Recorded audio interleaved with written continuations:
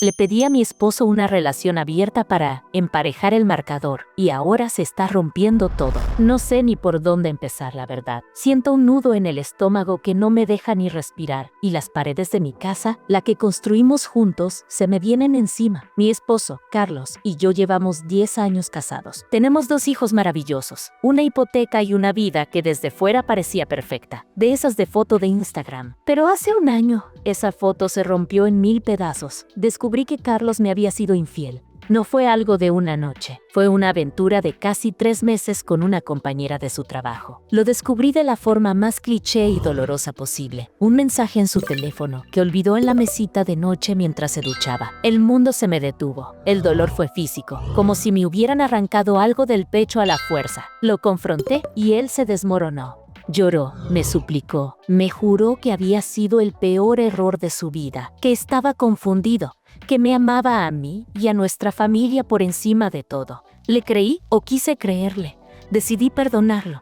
Todos me decían lo fuerte que era, lo generosa. Cada vez que me tocaba, me preguntaba si a ella la había tocado así. Cada vez que me decía, te amo, una voz en mi cabeza susurraba, ¿se lo decías a ella también? Viví durante meses con una sonrisa falsa y un resentimiento que me carcomía por dentro. Me sentía débil, humillada, como la tonta a la que le dieron la cara. Y entonces, una noche, después de intentar hacer el amor y sentirme completamente vacía, se me ocurrió la idea que ahora me tiene aquí, escribiendo esto como una idiota desesperada. Le dije que para que yo pudiera sanar de verdad, para que pudiéramos estar en igualdad de condiciones, necesitábamos abrir la relación. Le expliqué, con una calma que ahora me parece monstruosa, que él había tenido su libertad y que yo necesitaba la mía para poder perdonarlo de verdad, para sentir que el marcador estaba empatado. Vi cómo el color se le iba de la cara. Me dijo que no, que por favor no le pidiera eso, que él solo me quería a mí, que haría lo que fuera para arreglarlo. Pero eso no.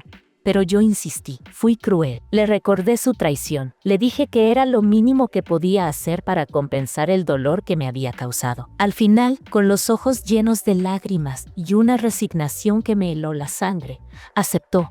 Si eso es lo que necesitas para que estemos bien de nuevo, Ana, lo haré, me dijo. Establecimos reglas estúpidas, nada de sentimientos, protección siempre, total honestidad. Al principio me sentí poderosa. Me descargué una aplicación de citas y la atención me subió el ego por las nubes. Tuve un par de citas, encuentros casuales, nada serio. Y cada vez llegaba a casa y se lo contaba a Carlos, como habíamos acordado. Él se sentaba en el sofá, escuchaba sin mirarme a los ojos y solo asentía. No me preguntaba detalles, solo se quedaba ahí, haciéndose más y más pequeño. Él nunca salió con nadie, decía que no le interesaba, que solo me quería a mí. Hace un mes conocí a Marcos. Es divertido, atractivo y me hace sentir deseada de una forma que ya había olvidado. Lo nuestro empezó a ser más frecuente. Ayer llegué a casa más tarde de lo habitual. Olía a su perfume y me sentía flotando en una nube de validación y adrenalina. Encontré a Carlos esperándome en el salón a oscuras. La tele estaba apagada. Cuando encendí la luz, vi que había estado llorando. Me miró y por primera vez en un año, no vi culpa en sus ojos, sino un vacío absoluto. Me dijo, con una voz rota que jamás olvidaré. No puedo más, Ana. Pensé que podría soportarlo por ti, por nosotros. Pero cada vez que sales por esa puerta, una parte de mí se muere. Y cuando vuelves, ya no te reconozco. Esto no está arreglando nada, nos está destruyendo. Sentí un frío glacial recorrerme la espalda. Toda mi falsa sensación de poder se desvaneció y solo quedó una verdad horrible. Él tenía razón. Esto no era una solución, era una venganza lenta y dolorosa que nos estaba aniquilando a los dos. Creí que esto me haría sentir mejor, pero solo ha cavado un abismo más profundo entre nosotros. Estoy perdiendo al hombre de mi vida, al padre de mis hijos, y siento que soy la única culpable, aunque él diera el primer golpe. ¿Cómo se supone que arregle algo que yo misma rompí a propósito? Gracias por ser parte de Voces de Vida. Si disfrutas nuestras historias, suscríbete, dale me gusta y comparte. Cuéntanos en los comentarios desde qué país nos ves y te enviaremos un saludo especial en el próximo video. Actualización 1. Ha pasado poco más de un mes desde que escribí aquí por primera vez y he leído cada uno de vuestros comentarios. Gracias a los que intentaron darme un consejo y también a los que me llamaron de todo, porque en el fondo sé que me lo merecía. Esa misma noche, después de que Carlos me dijera que no podía más, sentí como si me hubieran echado un cubo de agua helada encima. Todo el ego, toda esa sensación de poder y de justicia poética se evaporó y solo quedó el pánico. Inmediatamente le dije que se acababa, que tenía razón, que había sido una idea estúpida y horrible. Le juré que cerraba la relación abierta en ese mismo instante. Cogí mi teléfono delante de él, abrí la aplicación de citas y borré mi perfil. Luego le escribí a Marcos y le dije que todo terminaba, que amaba a mi esposo y que había cometido un error terrible. Lo hice todo bien, todo lo que se suponía que debía hacer para empezar a arreglar las cosas. Le supliqué que habláramos, que fuéramos a terapia de pareja, que haríamos lo que fuera necesario. Y él aceptó. Dijo sí a todo, pero su sí sonaba hueco como el eco en una casa vacía. Y así ha sido este último mes, viviendo en una casa vacía llena de gente. Yo lloré, le pedí perdón 1,000 veces, expliqué mi dolor, mi humillación por su infidelidad. Intenté justificar mi estúpida idea como un grito de ayuda desesperado. Él estuvo callado casi toda la hora, hasta que la terapeuta le preguntó directamente cómo se sentía. Y entonces habló, y cada palabra fue un clavo más en el ataúd de nuestro matrimonio. Dijo, con una calma aterradora, yo cometí un error que me iba a costar el resto de mi vida enmendar. Estaba dispuesto a hacerlo, pero Ana no me dio la oportunidad de enmendarlo. Ella no quería igualdad, quería venganza. Quería que yo sintiera una mínima parte del dolor que sintió ella, y lo consiguió. Cada vez que se arreglaba para salir, cada vez que yo acostaba a los niños solo mientras ella estaba con otro hombre, sentía cómo me apuñalaba una y otra vez con mi propio error. Me perdonó de palabra, pero me ha estado castigando con hechos durante meses. Y lo peor es que yo mismo le di el permiso para hacerlo. Me sentí tan culpable que acepté mi propia tortura. La terapeuta me miró y yo no supe qué decir, porque él tenía toda la razón. Mi solución no fue para sanar, fue para herir.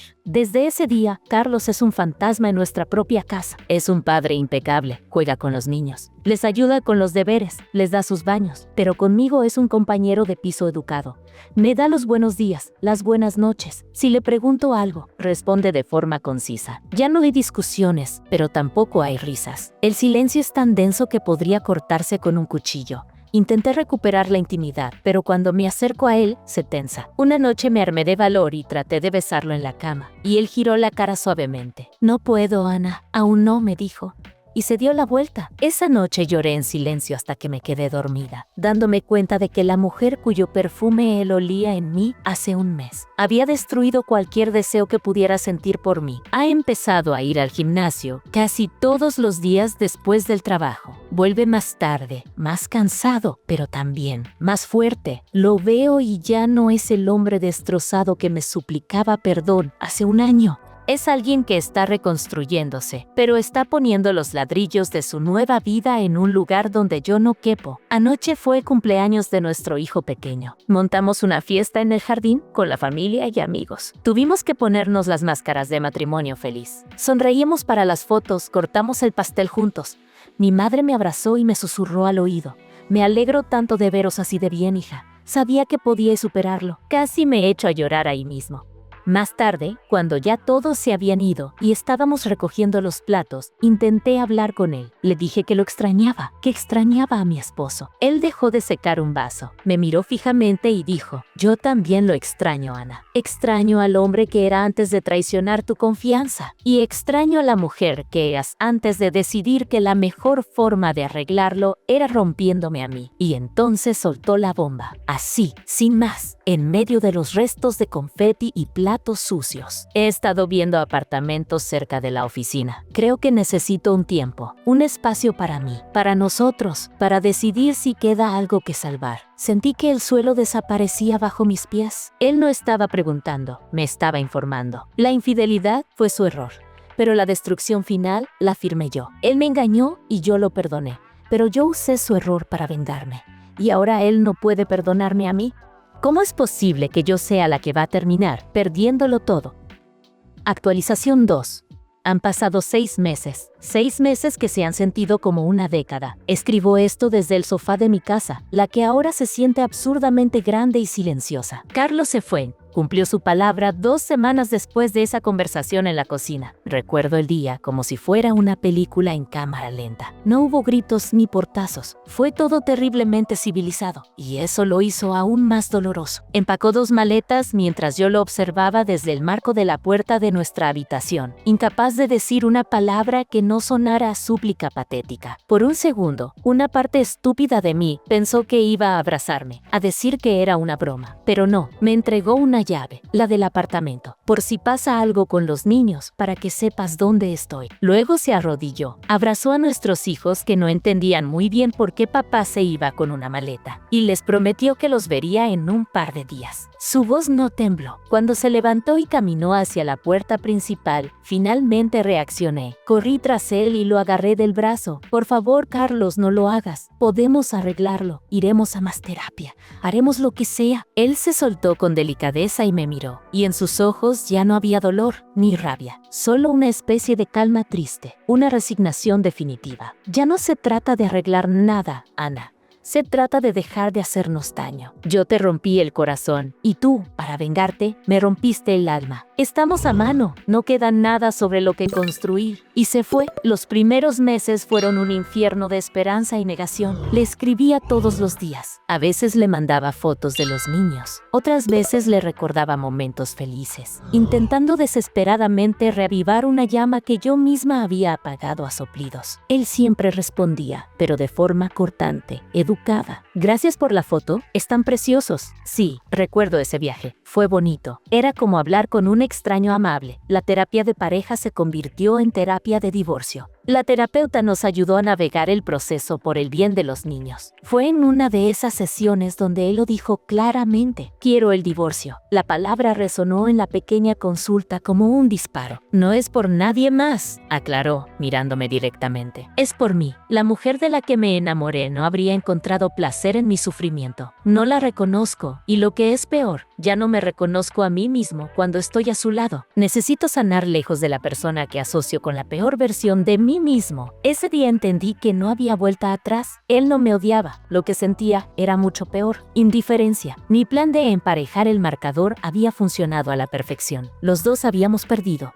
Los trámites del divorcio avanzaron con una rapidez burocrática y fría. Firmamos los papeles en una oficina gris, sentados uno al lado del otro sin tocarnos. Cuando salimos, me ofreció llevarme a casa. En el coche, un silencio incómodo lo llenaba todo. Antes de bajarme, me atreví a preguntarle: ¿alguna vez me perdonarás? Él se quedó mirando al frente, con las manos en el volante, y tardó una eternidad en responder. Yo te perdoné por la infidelidad el mismo día que decidí quedarme, pero lo que no sé si podré perdonarte, Ana, es que usaras ese perdón como un arma para destrozarme. Me hiciste pagar por mi error de una forma que nunca imaginé. Esa fue la última conversación real que tuvimos. Ahora nuestra comunicación se limita a la logística de los niños. Él es un padrazo. Los recoge los miércoles y los fines de semana alternos. Nunca falla. A veces, cuando viene a por ellos, nuestros ojos se cruzan por un segundo y veo a un completo desconocido. Ha cambiado. Se ha cortado el pelo, viste diferente, parece más seguro. El otro día, mi hijo mayor, de 8 años, llegó a casa después de un fin de semana con él y me dijo: mamá,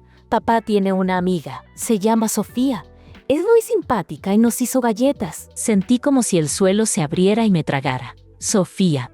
Un nombre, una persona real que hace galletas. No pude evitarlo y esa noche, como una masoquista, busqué el perfil de Carlos en redes sociales, algo que no había hecho en meses. Y ahí estaba, una foto reciente de él en una excursión a la montaña. No estaba solo. A su lado, sonriendo, había una mujer. No era una supermodelo, era una mujer normal, con una sonrisa genuina, y él se veía feliz de una forma que no lo había visto en años. Una felicidad tranquila, real. No era la felicidad impostada de nuestras fotos familiares del último año. Era paz. Y entonces lo comprendí todo. Mi venganza no solo me costó mi matrimonio.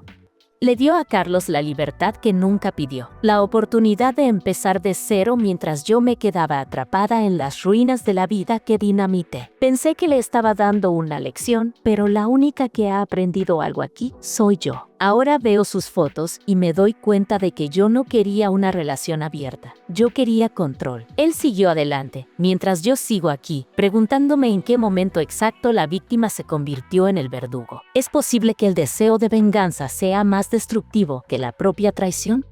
Actualización 3.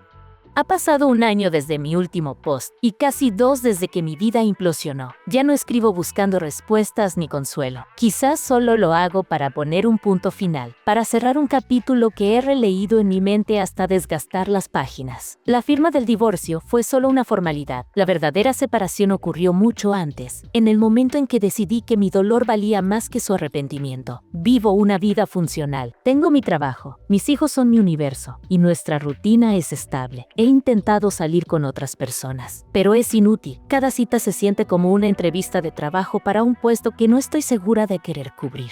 Comparo a cada hombre con Carlos, no con el fantasma en el que lo convertí al final, sino con el hombre que fue durante los 10 años felices, el que me llevaba café a la cama, el que sabía calmar a los niños con solo una canción, el que me miraba como si yo fuera la única persona en la habitación. Ese hombre murió, y yo fui quien sostuvo la pala para enterrarlo.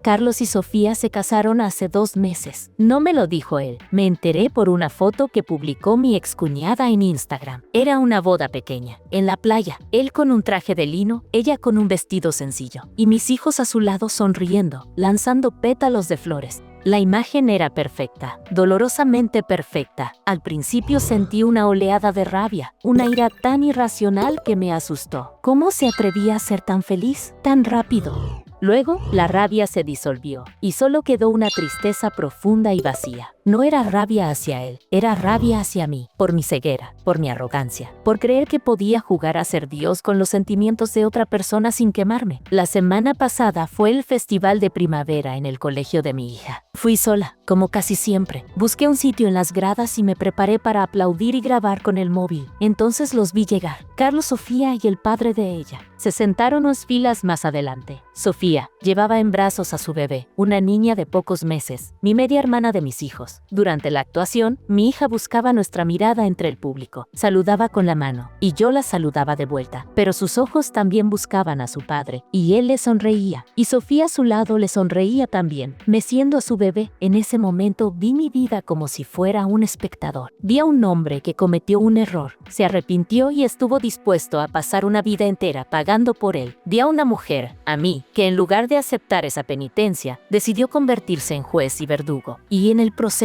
perdió toda autoridad moral. Al terminar el acto, mientras la gente se dispersaba, Carlos se acercó. Sofía se quedó a una distancia prudente, con una sonrisa amable y respetuosa. Ana, hola, estuvo genial, ¿verdad? Lucía tiene talento. Hablamos banalidades durante un par de minutos, la logística del próximo fin de semana. Era todo tan normal, tan civilizado, pero yo no podía dejar de mirar a la familia que él había construido. Era la familia que yo había tenido, pero mejorada, sanada. Él no me miraba con rencor, sino con algo parecido a la lástima. Y eso fue lo que finalmente me rompió. No fue la infidelidad, ni el divorcio, ni su nueva boda. Fue esa mirada. La mirada de alguien que ha sobrevivido a un desastre del que tú sigues siendo la única víctima. Se despidió y se fue para reunirse con su nueva vida. Me quedé allí parada, en medio del patio del colegio, con el programa del festival arrugado en la mano. Y por primera vez lloré sin rabia y sin autocompasión. Lloré por la estúpida arrogancia de pensar que se puede emparejar el marcador en el amor. La vida no es un partido, no hay puntos que anotar ni revanchas que ganar. Cuando alguien te rompe el corazón, tienes 2 opciones: intentar pegar los pedazos juntos, sabiendo que las cicatrices siempre estarán ahí, o barrerlos y tirarlos a la basura. Yo no hice ninguna de las 2. Cogí los trozos rotos de mi corazón y los usé como cuchillos para apuñalarlo a él, hasta que no quedó nada que salvar. Él cometió el error, pero yo me aseguré de que el castigo fuera una sentencia de muerte para nuestro matrimonio. Y ahora él tiene una nueva vida, y yo tengo esta historia. Al final, la venganza es un préstamo que se pide a la felicidad, y siempre se paga con intereses.